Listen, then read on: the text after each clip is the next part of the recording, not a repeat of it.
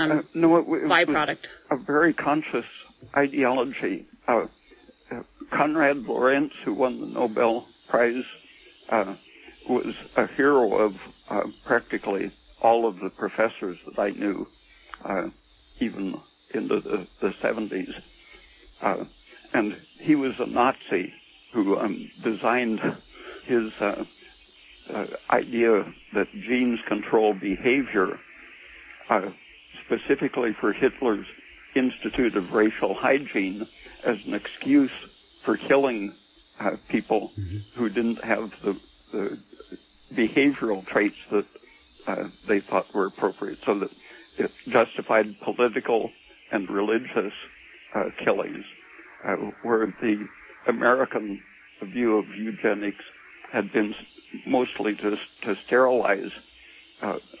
Sometimes they would euthanize babies, but mostly it was used to sterilize people they considered defective. Yeah.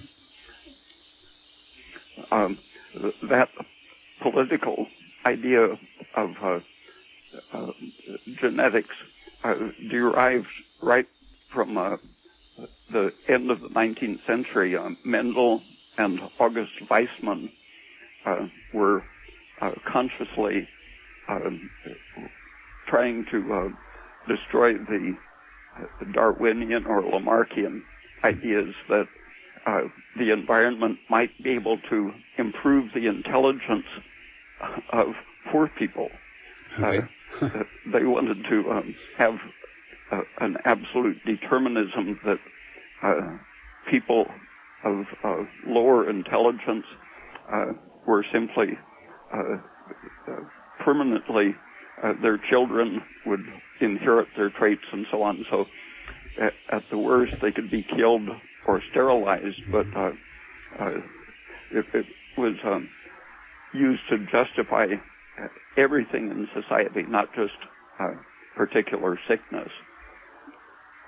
For example, it was applied to the idea of toxemia of pregnancy, and that the fetus was said to have a genetic defect which was poisoning the mother. But of course, the fetus had inherited it from the parents, and so it was denying that better diet could control or prevent pregnancy complications, because all of that was genetically determined. The Scopes trial, in which William Jennings Bryan argued against evolution, he was basically against eugenics, which was justified by the theory of a mechanical kind of evolution.